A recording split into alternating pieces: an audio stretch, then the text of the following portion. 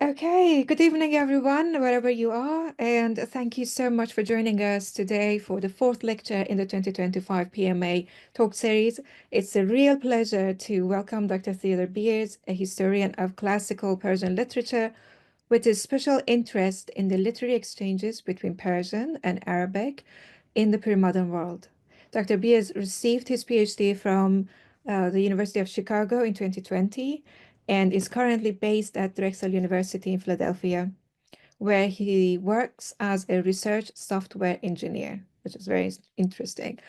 Alongside his technical work, he remains deeply engaged with literary scholarship through his affiliation with the Kalila and Dimna project at the Freie Universität in Berlin.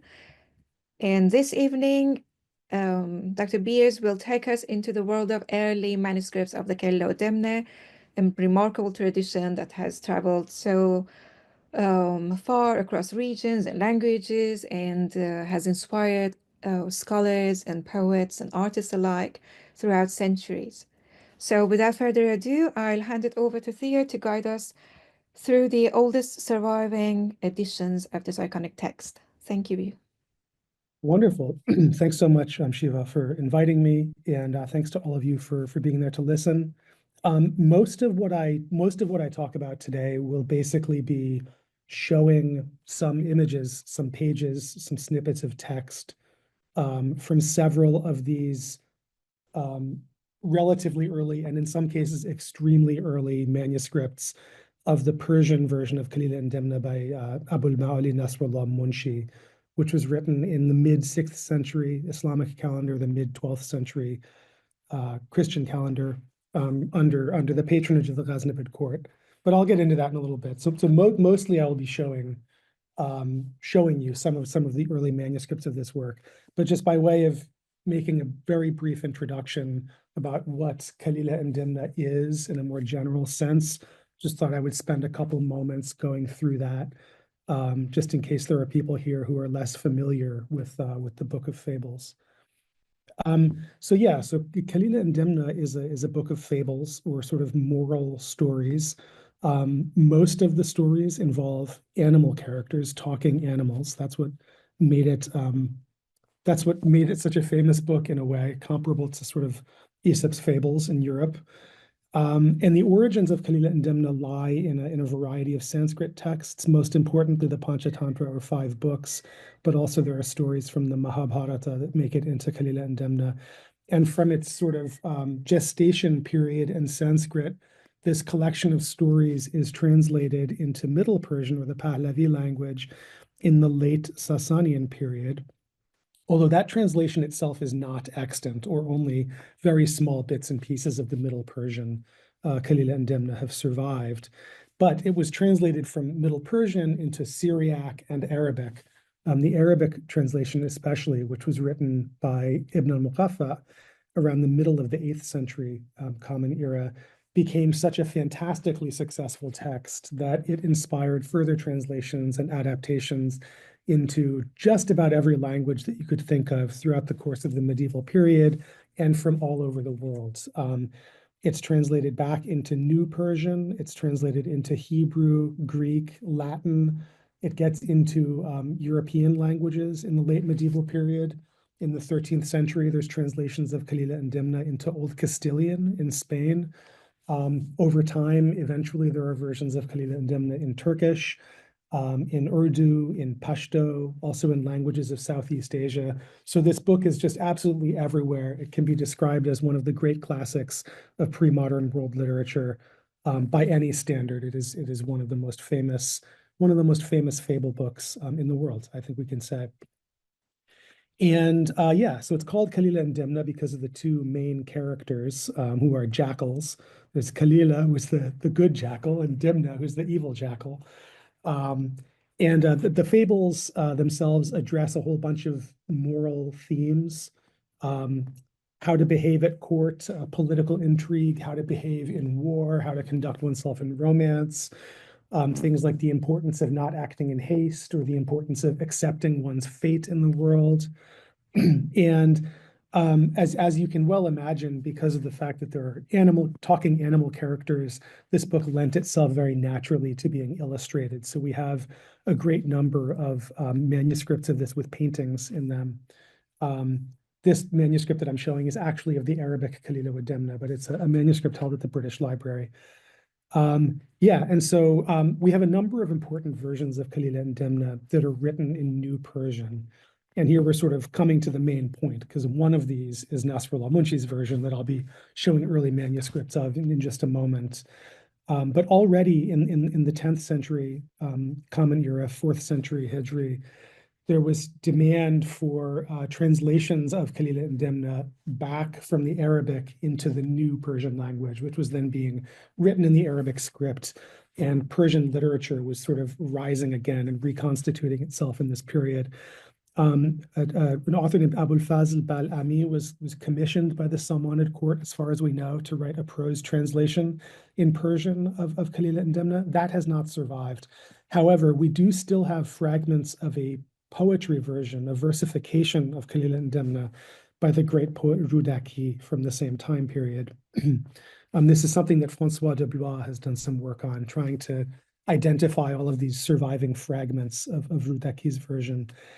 Then somewhat later in the late Ghaznavid period, also the Seljuk period by this point, we have a major translation written in Persian prose by Abul Ma'ali Naṣrallāh Munshī. This is the one I'll be speaking about.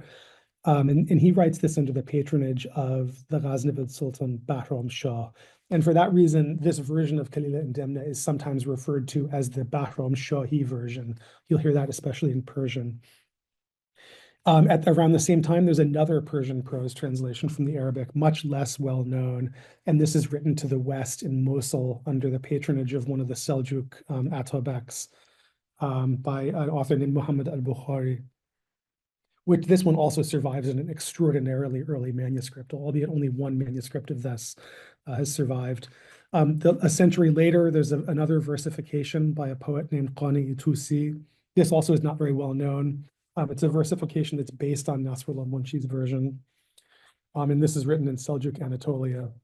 And then finally, the last one that I'll mention for now is a late 15th century prose rewriting of Kalila and Dimna by a major Timurid author named Hossein Va'iz Kashifi, who died 910 Hijri, 1504 to 05 Common Era. And he titles his rewriting Anvar Sohaili, and this then becomes the dominant version of Kalila and Dimna in the early modern period, in Persian at least, but also very influential in the Ottoman and Mughal realms.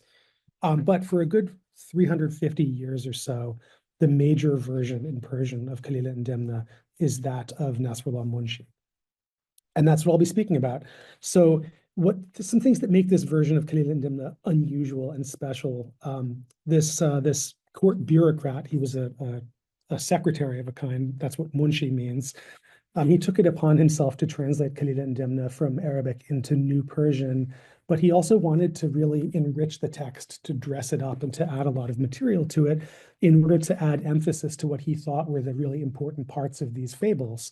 Namely, this is a great source of practical wisdom on how to behave in the role of a ruler or a governor or someone managing the affairs of any institution.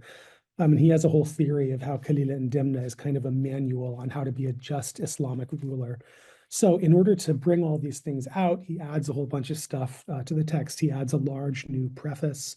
He packs the text full of quotes that are relevant in various passages, quotes from the Quran, lines of Arabic and Persian poetry, wisdom sayings, all sorts of things. And so what we end up with is this very ornate version of Kalila and Dimna that's, it's mostly in Persian, but it has a lot of Arabic quotes in it. It's mostly in prose, but it has a lot of lines of poetry in it. And this can be called a sort of a high adab version of Kalila and Dimna. Like I said, this will be the dominant version in Persian until Va'iz Kashifi wrote his Anvar Sohaili. And this is the point of today's talk, there is a peculiar number of very early surviving manuscripts of this text. So yeah, that's And in order to explain why does it matter that there are manuscripts of Naṣrallāh Munshī's text from just very shortly after the time of its authorship? Well, the issue really is that the Arabic Kalīla and Dimna, by contrast, has a huge problem with survival of manuscripts or non-survival of manuscripts. So even though the Arabic Kalīla and Dimna is written in the mid-8th century CE, we don't have manuscripts of it that survive from before the 13th century, which is pretty insane that there's basically a half millennium gap between the authorship of the Arabic Kalīla and Dimna and the earliest manuscripts of it that have remained extant. And one of those is on the right. This is the manuscript Arabe 3465 at the Bibliothèque Nationale in Paris. And even this manuscript has been dated roughly to the 13th century. It doesn't even have a dated colophon that has survived. It's been assigned a date based on the features of the calligraphy, the art style, the paintings, the paper. So that's as early as it gets for the Arabic Kalīla and Dimna. By contrast, and you can imagine that the large gap in time between the authorship of the Arabic Kalīla and Dimna and the earliest surviving manuscript creates a very problematic situation for the textual history and for any prospect of trying to form a critical edition of that work. On the other hand, Naṣrallāh Munshī's Persian translation of this has extant manuscripts from within a decade of its authorship. So it's much better preserved and actually has older manuscripts of the Persian than anything we have in the Arabic. And this has a lot of interesting ramifications. We can use the Persian Kalīla and Dimna as a source in a way on a layer of the textual history of the Arabic Kalīla and Dimna that is inaccessible to us because of manuscript non-survival. Okay, so let's move on to it. So this is for the Persian Manuscripts Association. So I wanted to look at some manuscripts. That's really all I wanted to do today with you guys. So hopefully we can enjoy this. I'm going to show some photos from 4 out of these 5. I wanted to mention 5 I would consider key early or relatively early manuscripts, or just otherwise very interesting manuscripts of Naṣrallāh Munshī's Kalīla and Dimna. And I'll show images. I'll show several images from each of 4 of them. The oldest, like I said, is from just about a decade after the authorship of the work. This manuscript is now held in Istanbul at the Süleymaniye Library. It's in the Jarullah Effendi collection.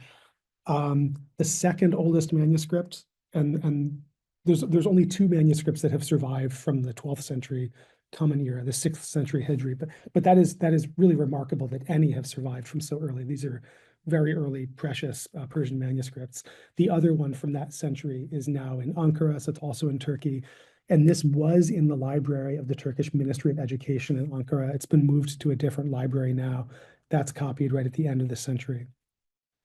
The next oldest one is in Manchester, at the University of Manchester in the UK, for those of you who are there. This is at the John Rylands Library. It's Persian manuscript 68. This is copied just on the eve of the Mongol conquests of Iran. So we have 3 manuscripts that can be called maybe pre-Mongol manuscripts. I mean, this is marginal, but maybe technically still pre-Mongol. Then the other 2, so these 3 are in fact in chronological order the oldest manuscripts that I'm aware of. And then these other 2 that I'm going to talk about are not the next oldest, but I just chose them because they're still kind of early, and I find them very interesting for other reasons.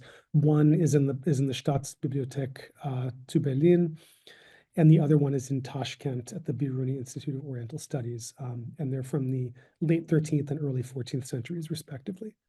So, without further ado, I'm going to show the opening pages of let me minimize this entirely. I'm going to show the opening pages of the Istanbul manuscript. This is the oldest one. This is from the 1150s, Common Era, 551 Hijri. And here you can see the title page. You can see Ketobe Kalileo, and the Dimna has been mostly obscured, and there's a variety of reader notes and library seals on the title page. And then on the other side of that, we see the opening of the actual text, where here we have the Basmala and the beginning. And yeah, I don't have fantastic quality images of this manuscript, and also the one from Tashkent. I do not have high resolution images. But what I do have, I'm happy to share with anyone in attendance who's interested in looking at these manuscripts. And you can always zoom in and try to make things out as best we're able. So let me show here. This is just an enlarged version of the same opening passage.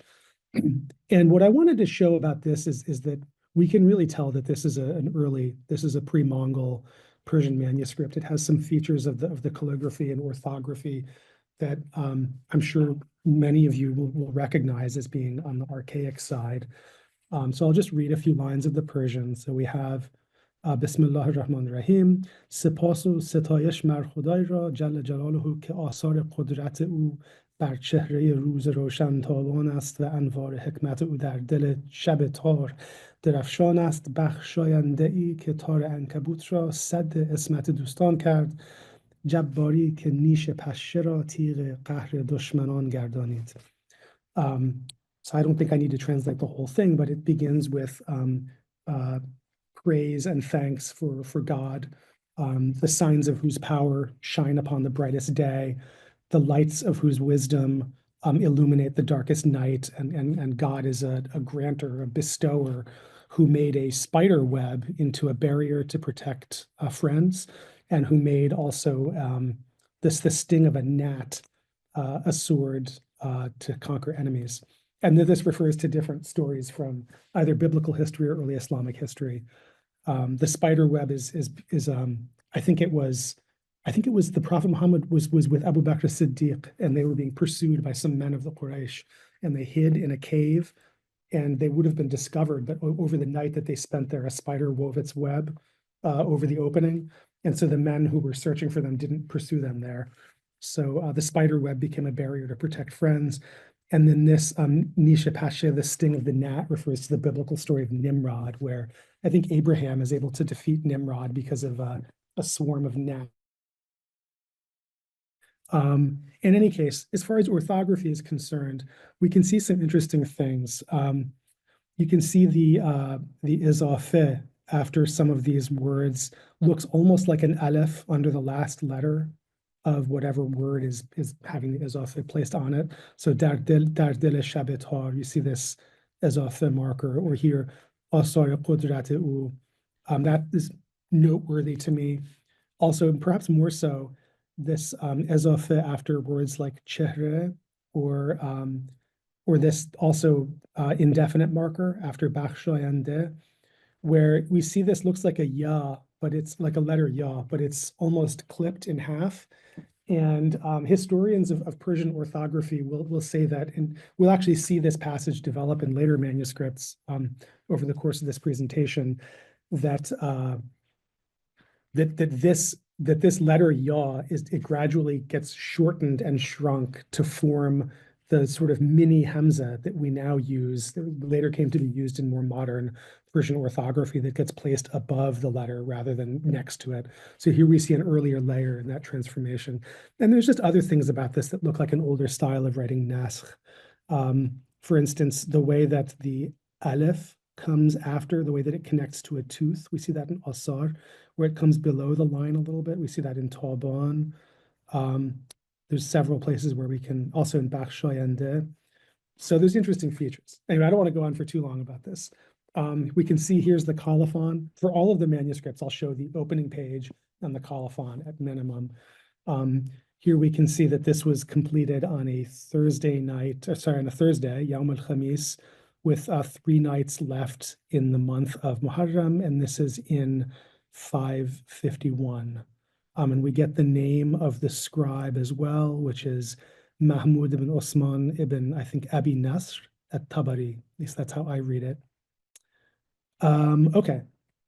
And then finally, I just wanted to show, there's not a whole lot of ornamentation in this manuscript, but there are little bits of red ink that are used for different things. Here you see sher, because there's a line of Arabic poetry that's placed here.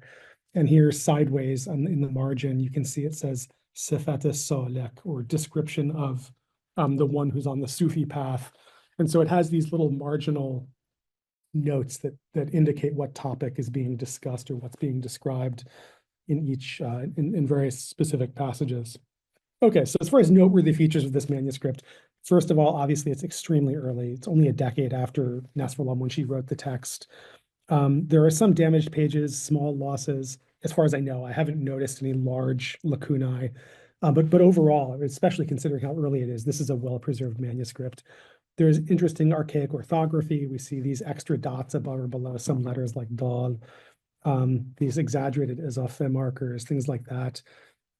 It's not totally lacking in flourishes, as I showed. There's at least bits of red ink, and we see these interesting topic notes in the margin, which is always sifate such and such, a description of such and such. And this oldest manuscript was the one that Mujtaba Minovi used as the reference manuscript for his critical edition of Naṣrallāh's text, which was published in the 1960s. Okay, moving on. And I said I'm not going to talk about all these manuscripts, right? So the one that I'm mostly skipping is the Ankara manuscript, just kind of arbitrarily chose not to focus on that one as much for purposes of time. By the way, if I go over time, if it's getting to be too long, you know, I can cut off and go to my conclusions at some point. So Shiva, just cut me off if I need. Don't worry about time. Okay, yes. But if you need to cut me off, cut me off. It's fine, because Yeah. from here to the end, it's just don't worry. wonderful. So this is the Manchester manuscript, and this is, as I mentioned, the third oldest. So the Ankara manuscript is a little older. This is the one that's written in 616 Hijri, 1219 Common Era. This one does not have a dedicated title page, at least not one that has survived. However, it has, we can look at the same opening passage here that I showed from the Istanbul manuscript. And I think we can already see, and this is, it's interesting because it's several decades later, but this to me already looks a little bit less archaic as far as the orthography or the style of writing the Nasr. It has some of the same features, like I mentioned, with the transition from the tooth into the aleph in Asar or in Bakhshayande. But you will remember I was talking about this transformation of the izafe marker or indefinite suffix marker that goes on the silent he at the end of words in Persian. Here already, just in the early 13th century, we can already see is looking a lot more like the modern incarnation of that, where it looks a little bit more like a hamza or a very tiny half ya, and it's placed above the he rather than to the side of it. So we can see kind of a development of orthography to some extent. This is a very cleanly written manuscript. It's one of my favorite manuscripts of the work. I refer to this all the time, and I'm very grateful to the people at Manchester who took nice photographs of it, digitized it, and Jake Benson has written a really nice description of the manuscript for the UK Fairest project. So this is a really good one, and anyone can view it, anyone can read it. One thing I love about this manuscript is it has this wonderful table of contents, where you can see this is most of it. There's obviously the section of the table of contents that I've given here starts with the second chapter and goes through the 15th, and there's one that comes before this and a couple that come after, but this is the majority of it, at least. And yeah, it has just this lovely calligraphed table of contents with very large format writing of al-bab al-thani, al-bab al-thalith, etc. And then it says what the individual chapter topics are, or individual chapter titles, in smaller red ink. And here's the colophon. You can see Katabahu Ali ibn Abi Bakr ibn al-Khatib, probably. The Fihrist catalog entry has this as Ibn al-Khatir, but I assume it's probably Ibn al-Khatib. I don't know. And then it says في مدة عارضة عينه بطريق الاستعجال. So that could mean this was written by the copyist at a time when he had some kind of affliction of his eye, and it was written in a hasty manner. In any case, this is in the final days of Sha'ban in 616, that is early November 1219, Common Era. And if anyone has like corrections for readings or better ways of reading any of these, please, especially in the Q&A, just let me know. And then I wanted to show just an example of especially the fact that Arabic poetry quotes that are put in this manuscript are set in red ink to really set them apart. And here's a line of poetry attributed to a pre-Islamic poet called At-Tufail al-Ghanawi. So وَإِيَّاكَ وَالْأَمْرَ الَّذِي إِن تَوَسَّعَتْ مَوَارِدُهُ ضَاقَتْ عَلَيْكَ الْمَصَادِرُ. This is saying, beware of acting in a way which, if everyone acted that way, it would be bad. See, kind of like a statement of the golden rule. If it would be a bad idea to act a certain way, if everyone did it, then you shouldn't do it either. It's sort of how I interpret this line. Okay, so as far as noteworthy features of the Manchester manuscript, again, this is still quite early. We find some of the same orthographic quirks that we see in the Istanbul manuscript, but to me, it also looks a little bit closer to modern orthography. This manuscript was not used by Mujtaba Minovi for his edition. Probably he just either didn't know about it or couldn't access it.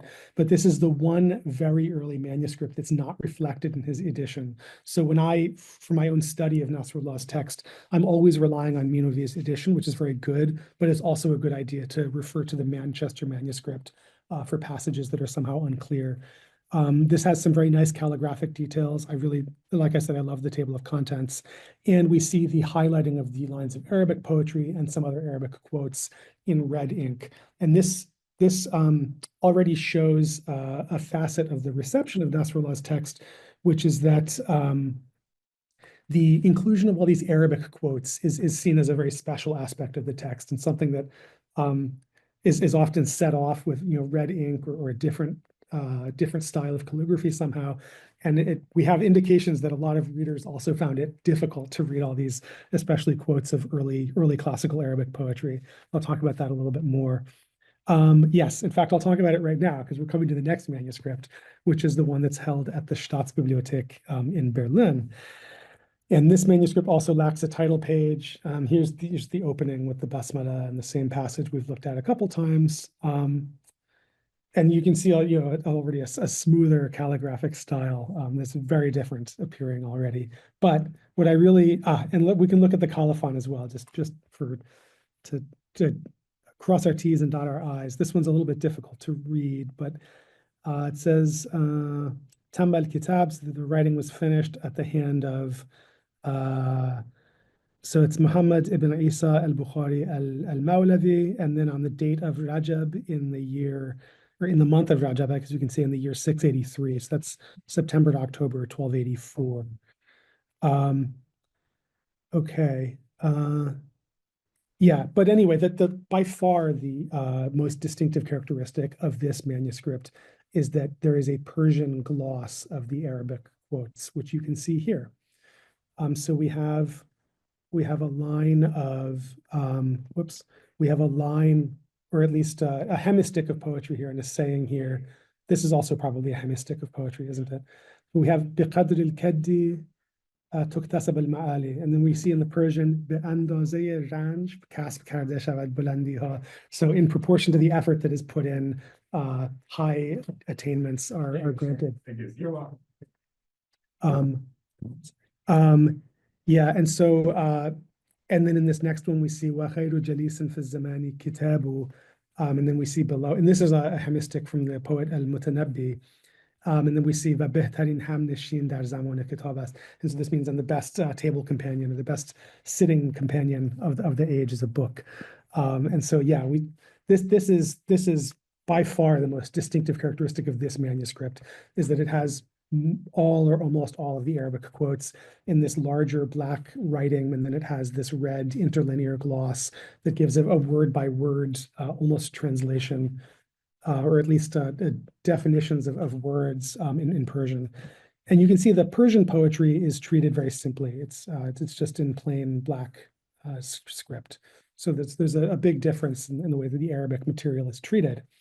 And here we can see another example where there's a whole line of poetry, two hemistichs from an early poet. At least it's attributed to a poet called Hettan ibn al-Mu'alla. And here we also see this same kind of glossing, which I can look at it later if you'd like. We don't need to get into the details. So noteworthy features. This again, I mean, it's not considered an especially early manuscript of Naṣrallāh Munshī's Kalīla and Dimna, because we have so many other very early manuscripts. But still, this is from the 13th century CE, the 7th century Hijri. So that in any other context would be considered an early manuscript. For the Shahnameh, that's about almost as early as it gets. For the Arabic Kalīla and Dimna, this would be about as early as it gets. So it's only the fact that we have this extraordinary number of early surviving manuscripts of Naṣrallāh's text that makes it so that this one is not among the earliest. We have the interlinear gloss, and then this shows, there is a demand for readers of this text for help with the Arabic. And we also see this because there are these glosses or commentaries, these shuruh that have been written that exist purely to offer Persian translations of the Arabic poetry and other material from this version of Kalila and Dimna. And two of these shuru have survived and have been edited and published by Behruz Imani. So we have Sharh Akhbar Abyat Absal Arabiya, Kalila and Dimna. Two of them also from the same century. These are from the 7th century Hijri. And again, they exist. The only purpose of these shuru, they don't do anything other than translate the difficult Arabic poetry and other sayings into Persian for the benefit of Persian-speaking readers who I guess were struggling with the difficulty of some of the Arabic material in this text. Okay, final manuscript. We're coming into the end here. I'm sorry, I know I've rambled for quite a while, but this is the Tashkent manuscript, which very few people have seen or worked with, and we were very, very lucky to get a copy of this, some photographs of this from the Biruni Institute of Oriental Studies in Tashkent. Here are the opening pages, and the calligraphy in this manuscript is just, to me, stunning. I just love it. This really beautiful basmala that we see at the beginning of the page, and here on the title page we have Kitab Kalīla and Dimna, and then this top section, at least, I believe it says Awwalul Fikra, Akhirul Amal, and I'm not even sure what the bottom one says. I haven't taken the time to confidently decipher that yet, but we'll go on. We'll look at a few other interesting things from this manuscript. Here's another nice example of the calligraphic style. I'll read this for you just because, we're rather than calling on someone in the audience. So this says, La mulk illa bil rijal, wa la rijal illa bil mal, wa la mal illa bil imara, wa la imara illa bil adl. So there's no kingship without men, no men without wealth, no wealth without building, and no building without justice. So it's a quote on the importance of justice in rule. Here's the colophon, which again just has this amazing line, or amazing design on the katabahu line. So we have katabahu al-abd al-da'if al-mudnim al-raji. This is written by the weak servant of God and a sinner and someone who needs who's in need of mercy. And we get the name as well. This is Ismail ibn Muhammad ibn, I'm not sure how to read this, Mun'ala. If anyone can confidently read that name, I'll be very grateful. And then the date of this one is Wednesday, the 10th of Rabi al-Akhir, 704. That is the 10th of November, 1304 CE. And the other crazy thing I wanted to show about this manuscript is that a number of the chapter headings are embellished, heavily embellished. So we have the heading of the chapter of the owls and the crows, Bab al-Boom wal-Gharban. Here we have the heading of the chapter of the ape and the tortoise. So this is Bab al-Qird was-Sulahfat, and the Sulahfat is it's upside down, so you'd have to turn the page to make it out. And here, the craziest of them all, this is the chapter of the ring dove and some other animals. So it begins with Bab al-Hamama, and then in the red you see al-Mutawaqa, and you can see wal-Ghurab, and there's this one really takes a while to read all of the animals. And then so as far as noteworthy features of this manuscript, again, this is early 14th century, so it's not early for Kalīla and Dimna of Naṣrallāh Munshī, but still, this is not a late manuscript by any means. It would still be on the early side for the Arabic Kalīla and Dimna. Like I said, very few people, I think, have worked with this manuscript. We're very grateful that we could get images of it from the Biruni Institute. The calligraphy is stunning, and I'd really like to learn more about the provenance of this copy. I should work on it more. Yeah, and then it's just to conclude.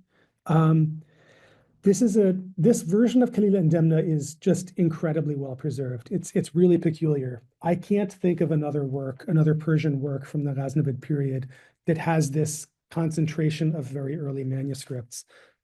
Clearly, this text was immediately successful. How many copies must have been made in order for this many to survive? If you run the numbers, it really must have been very popular from early in its history. And then this other interesting feature that we see is that there's a lot of Arabic in Naṣrallāh Munshī's Persian version of Kalīla and Dimna, and that evidently was not easy for people. So we have this manuscript with an interlinear gloss. We have these shuruh being written, and we can say finally that Naṣrallāh Munshī's work, this is really almost a foundational text for classical Persian prose literature, for belletrist prose literature in Persian. But also, if you look at this work in the context of Kalila and Dimna and the multiple languages that it existed in, it is a very important node in that graph as well. And part of that is because of its preservation, because of the survival of these very early manuscripts. So with that, I'm going to conclude. And here, just as a bonus image, I have the colophon of the Ankara manuscript. Yeah, so I will stop there. So thank you for your attention. Hopefully you could hear me. And if there's any questions, I'd be happy to say what I can about that. Thank you so much. That was magnificent. All those beautiful manuscripts, and that was perfectly the best subject for the Persian Manuscript Association. Thank you for the introduction.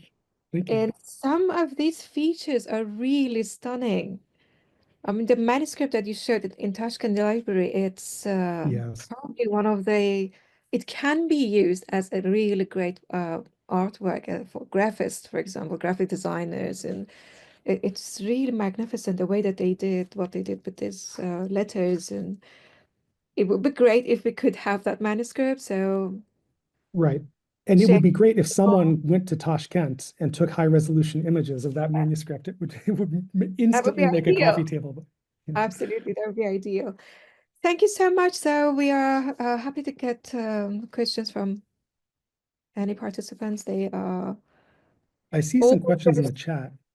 yeah, people are just praising your Persian reading, that beautiful Oh, accent that you have, and admiring all the manuscripts. Some of them are really stunning. thank you. Thanks. Yeah, and I think I said this, but I without exception, all of the manuscripts that I shared photos of are either freely accessible online or I can help people access them. Yeah. Yes, that would be great. So The ones in Turkey are both available through the Turkish manuscript portal, which is I highly recommend registering for that. So the manuscripts that they've made available there is just an incredible collection. so let's start with Kevin, please. Great job, Theo. I learned a lot. Can you guys hear me? Yes. Yes. Okay. Sort of a simple question. I wonder if you could speculate a little bit on this paucity of early Arabic manuscripts, to the extent possible that you could speculate about it. I don't really know. I'm curious to know what has turned up in the evidence, or if you all have had discussions about this, why there's this long gap.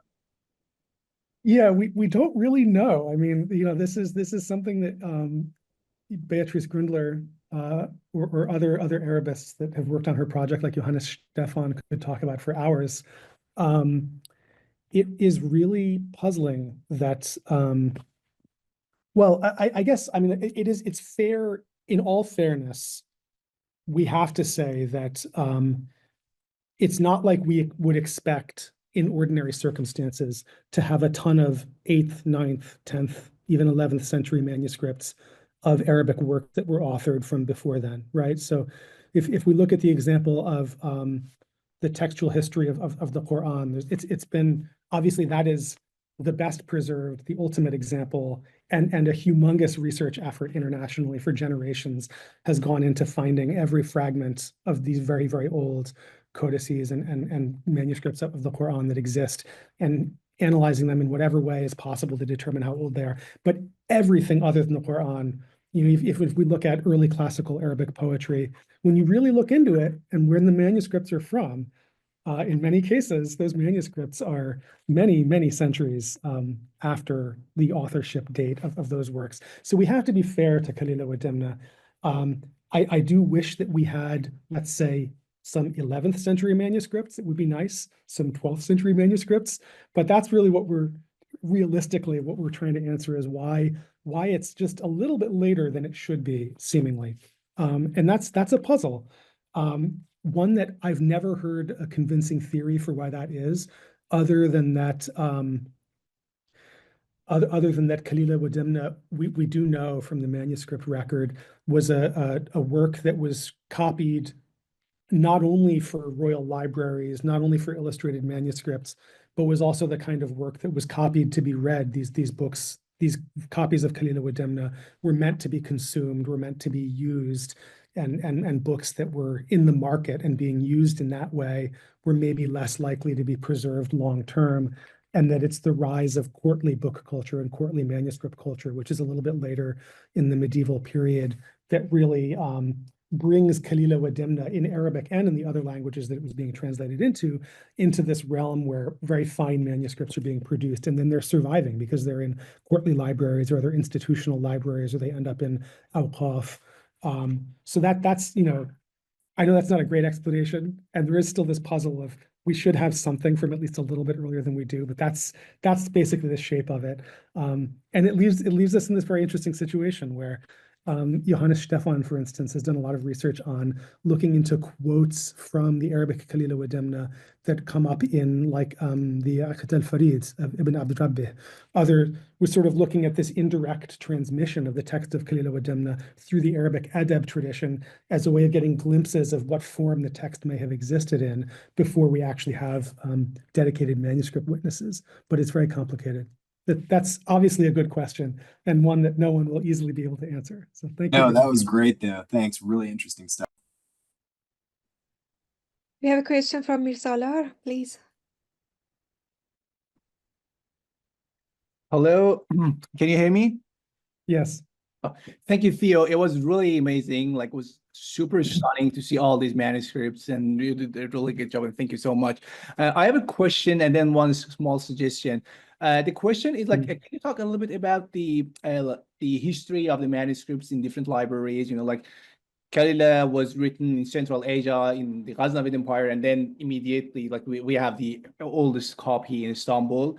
Like, how did it end up there? And then like the place of copying as well, you know, like do we know, for example, how far did Kalila, Naṣrallāh's Kalīla and Dimna go in a couple of decades following its composition? I think that would be I would be thankful. And then my suggestion was for the one of the words, like the name that you showed in one of the slides. Maybe it's Mu'alla. I don't know. But Yeah, it could be. Yeah, that's it. That definitely. I mean, Mu'alla could easily, yeah, it could easily be that. And what looks like a dot that makes me want to read a noon or a vein could easily be anything else. It doesn't have to be. Yeah, so Mu'alla is absolutely an option. In fact, maybe that's the best option right now. As far as the provenance of these manuscripts, yeah, that's something that I would really love to learn more about, and I need to get better at doing what like Boris Liebrance does, where he goes through the fly leaves of manuscripts and looks at every readership note, every ownership note, every seal that was placed on it from a library. You know, we know that a lot of precious Persian manuscripts entered the Ottoman libraries in especially the 10th century Hijri, the 16th century Common Era. Is sort of a lot of materials that were in the Timurid libraries that then maybe some were taken over by the Safavids, and then some of those that ended up being taken from Safavid custody in one way or another into Ottoman custody. So that we know that's like a key juncture in time and a conduit of a lot of precious Persian manuscripts from, you know, Timurid Khorasan to end up in Ottoman Anatolia in the 16th century. As far as what we can say about how quickly this spread, I do think it's noteworthy that a century is not nothing. A century is a long time. Maybe it's not a huge deal, but a century later, already Qani Tusi, who's working as a court poet under the Seljuks of Anatolia, he's using Naṣrallāh's version to compose a versification, a new poetry version of it, and also in a similar period, we also have an Arabic translation of Naṣrallāh's Persian Kalīla and Dimna, which is given a different title. It's called Siyar al-Muluk, and that's done in for one of the emirs of Hama. So that's to the west. That's in modern day Syria. So we definitely see. I don't know how well we can guess how quickly it happened, but you know, within some decades, I would say, in the west of the Mashriq, you know, so not just in Khorasan, but more toward the Mediterranean. This is becoming a well-known work, and it's something that we see that scholars or poets from Iran who ended up moving westward to serve, say, like the Seljuks of Anatolia. This is like Eastern knowledge that they can bring with them, or this is a work that they can introduce to courts that are a little bit further to the west. And then the other thing probably worth looking at with these, as far as trying to figure out the place of copying, it's often the case that the best we can do is to hope that the geographic nisbas of the copyists could maybe refer to where they were based. So, you know, one of these guys is a Bukhari, one of these guys is a Tabari. So I don't know. I mean, that at least suggests copies being made perhaps somewhere in Khurasan in these early decades. But yeah, it would be highly desirable to learn more about the chain of custody of these manuscripts. And I think if I or someone else wanted to put in the time to actually go through the fly leaves and look at all the seals and notes, there's information there that just no one has really dug into yet. But thank you for the question and the suggestion. We have a question from Ali Rafi. Could you elaborate the metadata of the Tashkent manuscripts? Yeah, I wish I could actually. There's no, I don't think I can even remember what the catalog is. It's one of these things where our team in Berlin, someone that we had working with us, who I believe it was someone we had working with us who's a Russian speaker, was somehow able to build a rapport with people at the Biruni Institute. And we had some old list of some of their manuscripts, but I don't believe I've ever seen whatever the catalog entry is on that manuscript. That in itself would be something that is on my to-do list, of figure out more about the provenance of this stunning manuscript. And it's not the only manuscript that they have there either. There's another copy of Naṣrallāh's Kalīla and Dimna at the Biruni Institute. This one is this is the gem of the bunch. This is the most special of them. But yeah, beyond what I've seen the manuscript, so I can look at the title page, I can look at the colophon and see who the copyist is and what the date is. But that's actually the extent of my knowledge of the metadata. And I have the shelf mark as well, that it's, you know, manuscript number 3629. But it would be highly desirable. And I'm sure it's out there. Like someone clearly made a list, because we had a list of manuscripts that were at this Biruni Institute, but I can't recall ever reading a catalog entry on it. But yes, that is very much a desideratum. So I appreciate the question. I have a question about a textual content. Have you had a chance to compare the textual content and see if they are more or less the same, or did you see lots of varieties? Yeah, so, and I think I mentioned that usually my own practice when I'm studying the text of this is to use Munivi's edition, but also to frequently refer to the Manchester manuscript. So in that case, I can say that there are small variations. There are lines of poetry, extra lines of poetry that might be provided in one version, but not in another. There are little differences in phrasing. There's tiny stuff, like in the opening passage where it starts with Sipasu Sitayish Mar Khudaira. That prefix of the direct object, or sorry, indirect object, but that prefix that goes with Ra, the Mar prefix gets removed in a number of newer manuscripts. So there's things like that where you can see the scribal tradition in a way just updating some of the conventions of Persian grammar and Persian prose over time. But it's really small stuff like that, and then it's issues like extra lines of poetry or missing lines of poetry. But it's not anything like the really huge variation that we see among Arabic manuscripts of Kalila and Dimna, where we're already seeing the result of 5 centuries of diffusion of the text. It's not like that at all with the early copies of Naṣrallāh Munshī's version. And yeah, so other than comparing Munivi's critical edition against the Manchester manuscript, and also sometimes comparing the Suleymaniye manuscript against the Manchester one, because the Suleymaniye is the oldest one. It's the base manuscript for the history of the text. I haven't done a lot of work with, other copies to see how much they vary. But I have had to, yeah, when I've given talks about this text and I want to show a manuscript image of a certain passage, there have been times where I've had to adjust, oh, that line of poetry is missing in this one, or it's phrased a little bit differently. So I just have to make sure that what I'm showing an image of on a slide matches the translation or transcription that I'm using of it. So you can't just use Minovi's edition transcription. You have to actually obviously look at what's in the given manuscript that you're using. Anyway, thank you. Thank you. We have a question from Ahmed. Ahmed, I cannot yet hear you. You're muted. Okay, sorry. There you are. Hi, Thank you. Theo. Thank you very much for this amazing presentation. I would like you just to further elaborate about the orthography. I'm really interested in the changes and the transformation of Hamza and Ye. Could you just please elaborate more on them? How did this happen? What did you see? What did you notice?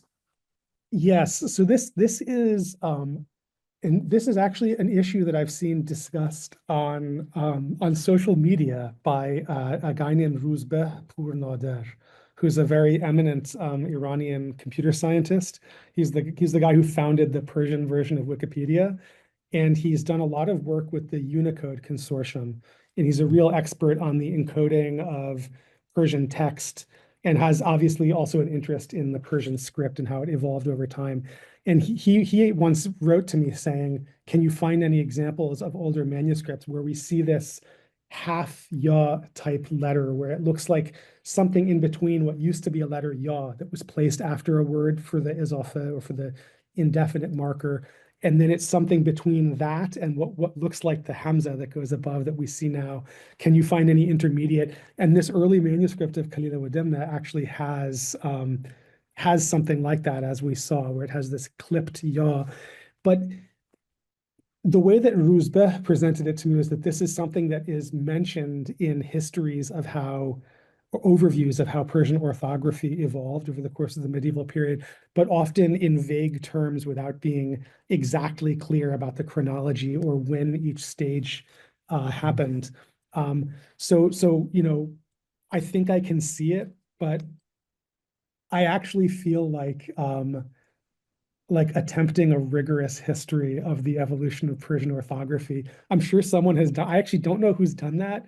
And it would be, I think, a very challenging task that I think would demand someone like, I don't know, someone like Iraj Afshar, who's just worked with thousands of manuscripts, you know, to know enough to be able to speak authoritatively. So I'm not the person to do that, but I think we can see, because of having some very early manuscripts and looking at the same passage, and I think I showed probably 4 different versions of this opening paragraph, that we can already see, even just between the Istanbul manuscript and the Manchester manuscript, which is a difference of 65 years or something, we can already see this difference in how the izafa is handled.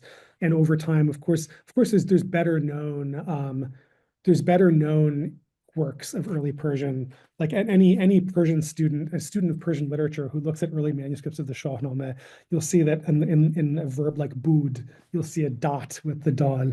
And so I'll be tempted to read it as booth. And then this is just something that we have to tell students, no, this is just a kind of an archaic feature of the orthography. You know, don't be alarmed when you see these stray dots that you're not used to in modern orthography. We also see these in the early manuscripts of Naṣrallāh Munshī's text. So there are all of the things that we expect, and then maybe some things that have been less commonly discussed. But yeah, it's a major. I'm sure someone, maybe Shiva is such an expert on Persian manuscripts. I feel there are people in the audience today who absolutely know way more about that than I do. For me, I'm coming at this from the perspective of, oh, I'm really interested in this, you know, this particular work and what the manuscripts of it are. But it's a big issue, and Rouzbeh is a really good person to talk to about Persian script evolution and also Persian script encoding. So I know you have obviously a software interest as well. So he's a good person to know for that. But yeah, thank you. You're welcome. I appreciate it. Thank you. Thank you so much. I think we can wrap it up. I just wanted to know a few words about the project at Freie University in Berlin. If you could give us a few. So the project goes on. Actually, there was a reading session earlier this morning, which I I did not attend because I was still getting my notes ready for this. I think, you know, having one big chunk of Kalila and Dimna in a day is good for me, you know. So, but ordinarily on Thursdays, a lot of the time we have colloquium sessions where we continue reading through different manuscripts of the Arabic Kalila wa Dimna and also comparing them to, you know, different translations, including Naṣrallāh Munshī's. And we had an edited volume come out just a few months ago, which was a really big milestone for the project. Now that the funded phase of the project, the ERC, is already done, but all of us are still kind of engaged, and a few members of the project are still at the Freie Universität in Berlin, even if they're not formally affiliated with the project. So we all still gather as much as we can. And we're going to have several of us are going to be on a panel this September at the DOT conference, the Deutsche Orientalistentag, which is going to be in Erlangen, Nuremberg. So it goes on, you know, and I have a book project that I'm working on with Beatrice Grindler and Johannes Stephan. We have a 3-author monograph that is languishing, and we're not working on it as quickly as we should be, but someday it will see the light of day. And we all just fell in love with Kalila and Dimna. There's a lot there. So no one wanted to say goodbye to Kalila and Dimna after the funded period of that project drew to a close. Yeah, wonderful. We are all in love with that. I think all the Iranians grew up with this beautiful fables. Sure. Thank you so much for giving us your time for this fabulous Thank talk. you. Everyone loved it. I can see all these really beautiful feedbacks in the comments. I don't know if you had any time to check. They are all praising. They are all enjoyed. Yes, I saw a few of them. Thanks so much to everyone. And let me see. I'll take some screenshots of the messages, because a few of them, if there's people I need to write back to or something, I'll try to catch up with you in due course. I just want to see. thank everyone for joining us this evening. It was a pleasure to be with everyone who joined, and also with Dr. Beers. It was amazing. And I wish you a really Wonderful. good Thanks so much, everyone. day. Thank you. Awesome. Bye. Thank you, Shiva. Have a good evening. You too. Bye-bye.